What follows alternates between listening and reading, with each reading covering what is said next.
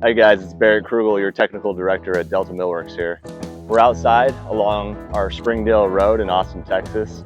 This is a southwest facing wall, and this is where we test a lot of our products to make sure it's up to par to our standards, but ultimately yours.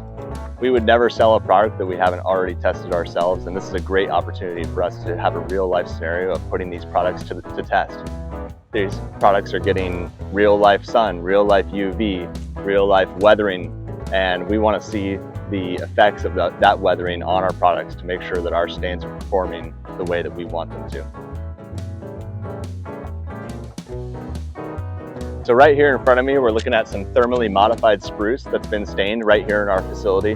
This product has been installed along this wall for about 8 months now, and ultimately we're very happy with the results we're seeing so far. We're not seeing a whole lot of weathering. Like I said, it's only been up here for about 8 months. But with these 2 coat finishes that we offer at Delta Millworks, you're really going to be operating between a 4 to 6 year maintenance cycle. Another very common mistake that we'll see in wood siding installation is failure to properly gap butt joints. When you have direct contact between the ends, this is going to create a moisture trap. The moisture will get trapped in that joint, but also spread throughout the rest of the board. So for example, let's look at these 2 boards right here. We have a direct contact between these 2 boards, which would not be an example of best practice installation. Typically, we would like to see roughly a 1/16 of an inch gap between these butt joints. We would also recommend weather cutting these joints so that they slip together, so you're not looking through the gap and into the assembly, but rather into the end grain and blending in with the wall better. So as you can see, there's some darker stains along these butt joints here. That's a direct result of failing to properly gap these 2 boards.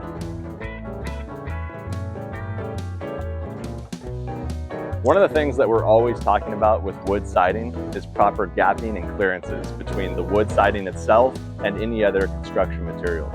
In this case, let's take a look at some direct contact between the wood, the end grain of the wood specifically, and this black metal gutter up here.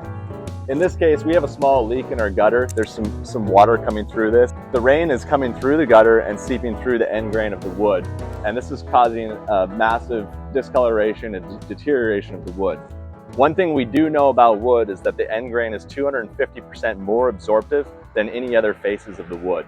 And so when you have unsealed end grain that is exposed to moisture, it will be trapped in those ends and it will seep through those ends. In this case, there's probably only direct contact between maybe one board, probably this board right here, and this is where most of the moisture is entering the siding. But it's actually affecting almost the entire wall, or at least the upper half of this wall.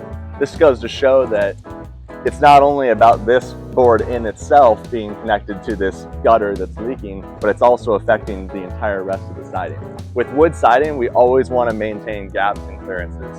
In this case, we would call for about a 1/4 inch gap between the end of the wood and the metal gutter itself.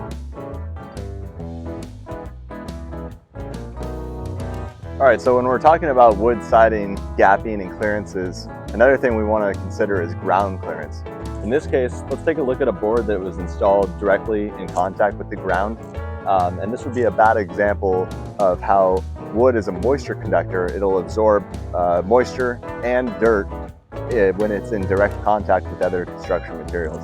As you can see, this bottom board over here is a much darker, stained, dirty color than the rest of the siding here.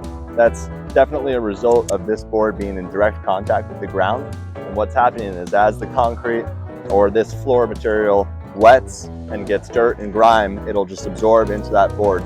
As we looked in the last example, this has the potential to not only affect the board that is in direct contact with the ground, but this moisture trap can also travel through the rest of the siding. So it can start to become a much bigger issue if it's not taken seriously.